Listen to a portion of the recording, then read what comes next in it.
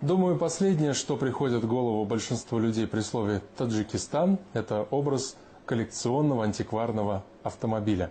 Скорее «Газель» или «Копейка Жигули», не в обиду будет сказано. Но не создавайте себе стереотипы. Они на то и созданы, чтобы их ломать. В республике много настоящих ценителей, фанатов ретро-автомобилей. В поисках какого-нибудь грузовика военного времени или Кадиллака, выпущенного ограниченным тиражом в 50-х, они ездят по дальним весям и кишлакам. И, как ни удивительно, находят именно там, в глухих таджикских кишлаках, а не на выставке где-нибудь в Монте-Карло. Не все вещи с годами дешевеют. На этом поле таджикские коллекционеры выставили старые автомобили. Они имеют свою цену, историю и личную характеристику. Это первая такая выставка для Таджикистана. Выставку «Авторетро Душанбе» приурочили ко дню рождения столицы. Местные коллекционеры выставили 80 автомобилей 1931-1970-х годов выпуска. 20 лет тому назад.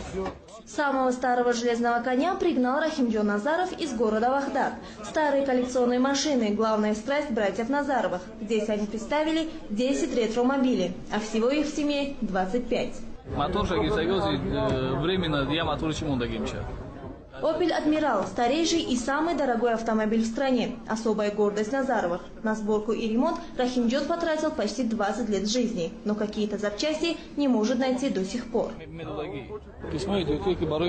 Для «Опель Адмирал» найти запчасти очень сложно. Какие-то мы приобретали за рубежом, некоторые переделывали сами. Сборка таких автомобилей – очень тяжелая работа, требующая терпения. Сейчас осталось немного доделать. Как все закончим, тогда подарим городу. Абдушукур Динаев никому не собирается дарить свой боевой автомобиль, не думает и о продаже, хотя ему постоянно предлагают хорошую цену. Это бронированный автомобиль. На нем в советское время ездили только первые лица республики. Советский лимузин – так называет свой автомобиль Абдушукур. Когда он его покупал, у него не было ни мотора, ни карбюратора, ни кардана. Коллекционер собирал каждую гаечку по всему бывшему Союзу и сделал все собственными руками. Лимузин по всем меркам раритетный. Эту марку выпустили в 30-х годах в количестве всего 12 штук.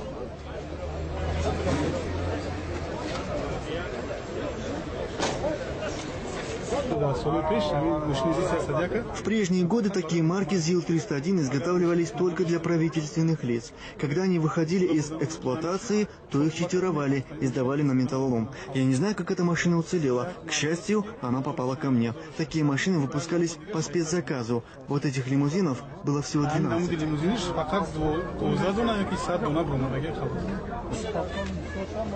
Выставка коллекционных автомобилей стала неожиданным подарком для неизбалованных душанбинцев. Видя такой интерес, власти города предложили клубу ретроавтомобилистов помещение для их драгоценных антикварных экземпляров.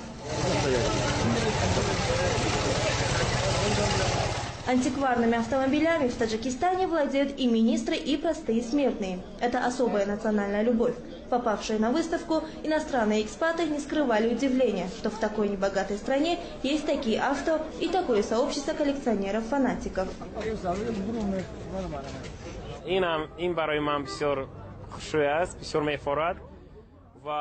Я уже долгое время нахожусь в Таджикистане, и мне даже не верится, что здесь есть столько прекрасных антикварных автомобилей.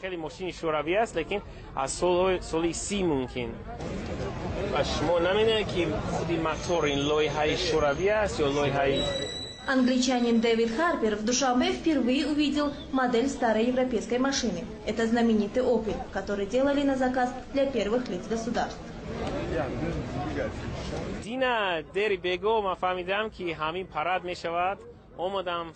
Я узнал, что состоится фестиваль-выставка, и с раннего утра стоял и ждал открытия. Лично для меня это очень интересно, потому что на выставке представлены очень старинные автомобили. Я, честно говоря, удивлен, что такие машины попали в Душанбе, и как они хорошо сохранились. Некоторые из них так шикарно отремонтированы, что, глядя на них, вспоминаешь былые времена.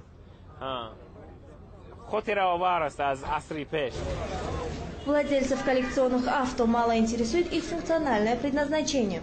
В данном случае машина как раз роскошь. Для них важнее возраст и история. Автомобиль Рустамбека Рауфова привлек всеобщее внимание именно своей историей. Вездеход ГАЗ-67Б – военная машина. В годы Великой Отечественной войны на ней ездили генералы армии и в силу технических характеристик разведчики. Такой больше ни у кого нет, говорит хозяин.